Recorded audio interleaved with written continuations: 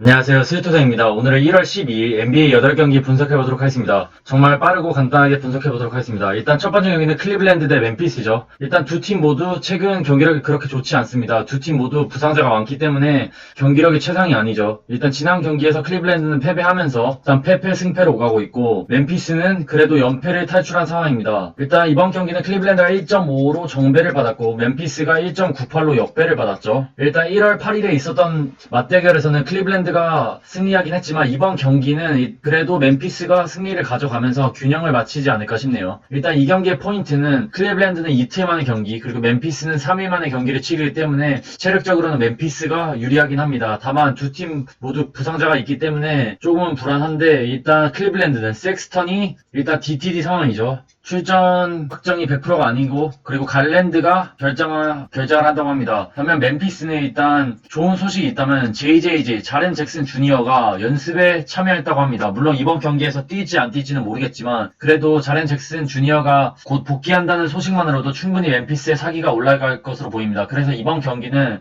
사실 두르먼드가 조금은 두려운 멤피스지만 발란슈나스가 버티고 있고, 그리고 앤더슨, 클라크, 그리고 브룩스 같은 그나마 득점력이 괜찮고 공격 옵션이 다양하기 때문에 멤피스가 승리하지 않을까 싶네요. 그래서 저라면 멤피스 일반승, 멤피스 핸디승이 낫지 않을까 싶네요. 그 다음 경기는 올랜도 대 미러키입니다. 일단 올랜도는 6승 4패, 승승패패로 2연패에 빠졌습니다. 지난 댈러스와의 경기에서 112 대 98로 대패를 당했죠. 일단 3점슛 6개로 외곽이 너무 좋지 못했었고 외곽도 19.4%였죠. 일단 고든 선수가 16득점, 부세비치가 30득점 15리바운드로 더블더블을 기록하긴 했지만 펄츠가 없었기 때문에 조금 어려움이 많았고 벤치에서 로스 선수도 부진했습니다. 반면 미러키는 6승 4패를 기록 중이죠. 승승패승을 오가고 있고 지난 클리블랜드와의 경기에서 100대 90으로 승리를 했습니다. 일단 미들턴 선수가 27득점, 야트 성공률 62.5%로 맹활약을 해줬었죠. 아테토쿤보가 뛰진 않았지만 그래도 미들턴이 공격 1옵션 역할을 확실히 해주면서 팀을 승리로 이끌었습니다. 또한 지난 경기에서 쿤보가 없긴 했지만 포티스가 17득점, 11리바운드로 더블더블을 기록했죠. 일단 이번 경기는 미러키가 1.18로 정배를 받았고 올랜도가 3.31로 역배를 받았죠. 이번 경기는 일반 승패에 갈 거면 미러키가 조금 나아 보이고 핸디로 갈 거면 지금 핸디가 8.5인데 핸디는 올랜도 쪽으로 가는 게 낫지 않을까 싶네요. 일단 올랜도는 펄츠가 아웃이고 포니에가 뛸지 안 뛸지는 모르겠지만 확실히 이 두 명의 빈자리가 매우 크게 느껴지는 올랜도입니다. 물론 시즌 초반 좋은 경기력을 보여줬지만 그때는 펄츠가 날라다녔고 그리고 로스 선수의 컨디션도 매우 좋았기 때문에 승률이 매우 좋았었죠. 다만 미러키도 사실 최근 로페즈가 다시 경기력이 조금씩 내려가고 있고 디비센조 홀리데이의 역할도 그렇게 활약도 그렇게 크지 않기 때문에 뭐 승리할 확률은 높겠지만 핸디는 올랜도 쪽으로 가는 게 낫지 않을까 싶네요. 부세비치도 아직은 건재하기 때문에 핸디는 올랜도가 날 것으로 보입니다. 그 다음 경기는 워싱턴 대 피닉스입니다. 일단 워싱턴은 3연패에 빠졌죠. 지난 마이애미와의 경기에서 128대 124로 패배를 당했습니다. 일단 다 무시하고 지난 경기에서 웨스트브룩이 뛰진 않았지만 그래도 생각보다 잘해줬던 워싱턴이었죠. 반면 피닉스는 7승 3패로 퐁당퐁당으로 오가고 있지만 일단 지난 인디애나와의 경기에서 125대 117로 승리를 했죠. 야투 상황 48.9%, 브리치스가 34득점을 올려줬고 부커 선수가 25득점, 크리스폴이 15득점 15어시스트로 더블더블을 기록해줬죠. 일단 이 경기는 피닉스가 1.28로 정배를 받았고 워싱턴이 2.72를 받았죠. 일단 이 경기의 포인트는 가장 중요한 소식은 워싱턴의 핵심 빅맨인 토마스 브라이언트 선수가 시즌 아웃을 당한 상황입니다. 가뜩이나 경기력이 그렇게 좋지도 않았는데도 불구하고 이렇게 핵심 선수가 빠졌다는 건 워싱턴에게 매우 큰 악재죠. 또한 이번 경기에서는 웨스트브룩이 DTD 상황입니다. 결정할 확률이 있기 때문에 조금 불안하죠. 확실히 피닉스가 유리한 경기지만 생각보다 워싱턴이 충분히 비빌 확률도 있다고 합니다. 당연히 피닉스 일반 승이 낮긴 한데 저는 이번 경기에서 조금 모험을 걸어보고 싶네요. 이건 그냥 느낌적인 느낌이기 때문에 굳이 가신다면 피닉스 일반승 쪽으로 가시는 게 나은데 저라면 조금 모험을 걸고 워싱턴 핸디승으로 갈 것으로 보이네요. 워싱턴 프랜승에 조금은 모험을 걸어보고 싶습니다. 그 다음 경기는 샬럿 대 뉴욕 닉스입니다. 일단 샬럿은 최근 3연승을 달리며 경기력이 매우 좋은 샬럿입니다. 반면 뉴욕 닉스는 2연패에 빠졌죠. 일단 샬럿은 지난 애틀란타와의 경기에서 113대 105로 승리. 일단 PJ 워싱턴이 22득점, 그리고 로지어가 23득점, 그리고 그리고 벤치에서는 라멜로 선수가 22득점, 12리바운드, 11어시스트로 최연소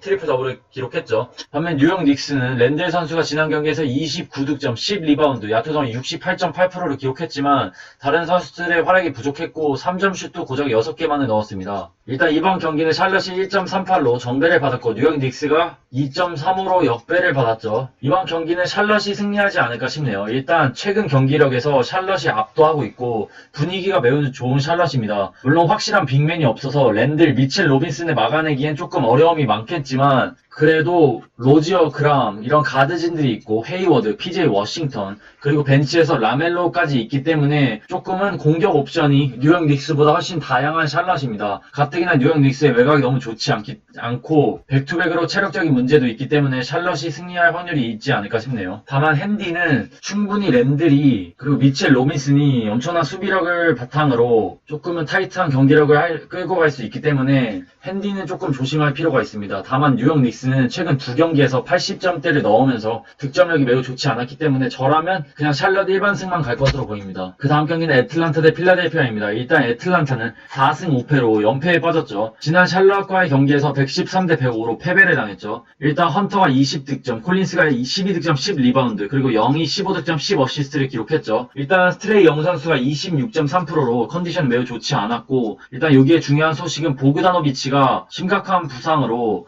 일단 로스터에서 제외됐죠. 이번 경기부터 제외되는데 일단 필라델피아는 7승 3패로 경기 초반 매우 좋은 경기력을 보여줬지만 지난 두 경기에서 패배를 했죠. 일단 이슈가 많았습니다. 일단 여기 오타가 있는데 좀 무시해 주시고 일단 그린이 11득점, 하워드가 11득점, 11리바운드를 해줬지만 일단 코로나 이슈로 인해서 필라델피아는 조금 좋지 않은 상황입니다. 일단 세스 커리가 코로나로 아웃 상태고 시몬스와 해리스도 이번 경기에서 결장을 합니다. 일단 엠비드가 나올 확률이 있긴 하지만 그래도 이번 경기는 애틀란타 쪽으로 가는 게 낫지 않을까 싶네요. 물론 필라델피아는 하워드도 있고 엠비드가 나오면 확실히 높이에서 유리한 면이 있지만 시몬스와 해리스 이런 득점력이 좋고 수비력도 나쁘지 않은 선수들이 빠졌기 때문에 그리고 세스커리 슈터까지 빠졌기 때문에 충분히 애틀란타에게 당할 수 있다고 봅니다. 물론 보그다노비치가 없긴 하지만 콜린스와 카펠라가 건재하고 헌터 그리고 영까지 있기 때문에 애틀란타가 승리할 것으로 보입니다. 다만 핸디가 7.5라 조금은 불안합니다. 왜냐면 애틀란타도 약간 트레이 영과 콜린스 이 두 명 간에 약간 자존심 싸움 이슈가 있었죠. 라커룸 이슈가 있었기 때문에 분위기가 그렇게 좋진 않기 때문에 핸디는 그냥 웬만하면 패스하는 게 낫지 않을까 싶네요. 저는 그나마 가장 안전한 쪽으로 알려드리고 싶어서 이렇게 조심스럽게 말하고 있습니다.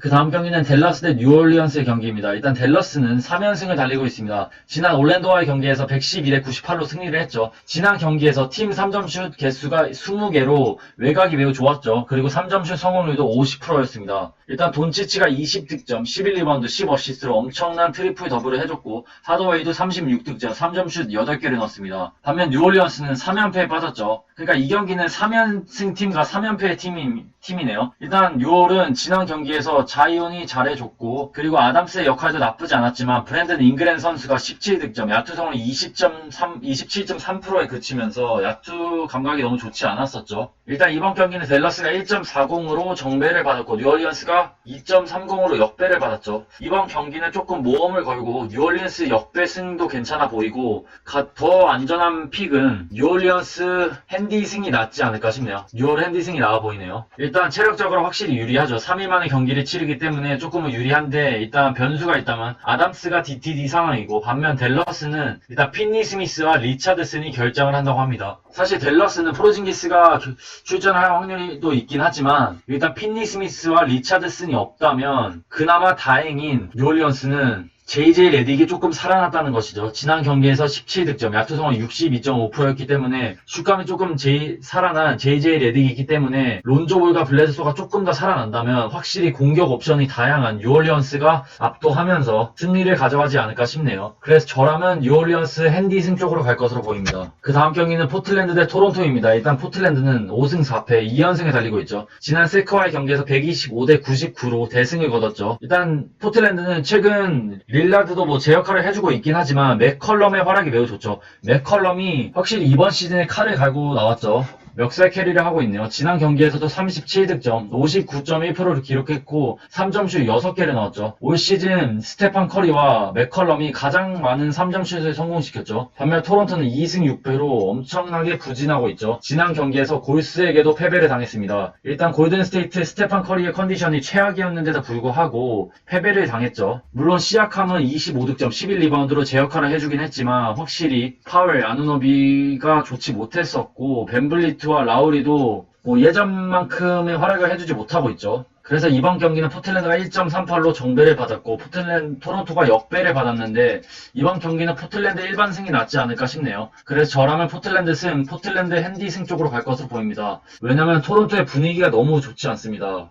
수비도 안 되고 있고 공격도 전혀 안 되고 있기 때문에 조금은 불안하죠. 반면 포틀랜드는 지금 릴라드도 괜찮은 활약을 해주고 있고 맥컬럼도 괜찮고 무엇보다 벤치 뎁스에서 조금 차이가 나는 두 팀입니다. 포틀랜드는 카멜로 앤서니의 활약도 나쁘지 않고 최근 칸터도 매우 좋은 역할 그리고 활약을 해주고 있기 때문에 포틀랜드가 세컨드 유닛 싸움에서도 승리할 것을 보입니다. 그리고 토론토는 백투백으로 체력적으로 불리한 상황이죠. 그래서 저라면 포틀랜드 핸디승이 낫지 않을까 싶네요. 마지막 경기는 세크라멘토 대 인디애나입니다. 일단 세크라멘토는 4승 6패, 2연패에 빠졌죠. 일단 지난 경기에서 포틀에게 대패를 당했죠. 반스가 10득점, 베이글리가 15득점, 뭘 올려주긴 했지만 버디 히드와 팍스 이 두 명의 에이스 가드들이 크게 부진했었죠. 반면 인디애나는 패승승패를 오가고 있습니다. 지난 경기에서 피닉스에게 125대 117로 패배를 당했었죠. 일단 이번 경기는 인디애나가 1.37로 정배를 받았고 세크라멘토가 2.38로 역배를 받았죠. 이번 경기는 그래도 인디애나 일반승이 낫지 않을까 싶네요. 둘 다 이틀 만의 경기이긴 하지만 일단 최근 경기력에서 인디애나가